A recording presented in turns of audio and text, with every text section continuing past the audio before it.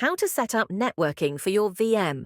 For this, click on the eye as shown in the video to copy the IP address. Now click on the edges in the left-hand side and choose Edge Gateway. Choose NAT in the Services section to create SNAT and DNAT rules.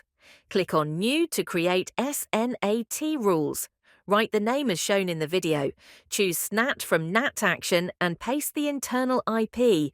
Also, choose the external IPs from the list of IPs provided to you for the SNAT rule. Then click on the Save button. To create DNAT rules, again click on New. Write the name as shown in the video. Then choose DNAT from NAT action and paste the internal IP. Also, choose and write the external IP from the list of IPs provided to you. Finally, click on the Save button. After creating NAT rules, click on Application Port Profiles to allow RDP port. Click on New and write the name and port number of RDP port as shown in the video. Then click on Save button. Now click on the Firewall in the Services section. Click on New to create Firewall Rules and write its name as Internet Access. Choose the applications for which you want to allow rules.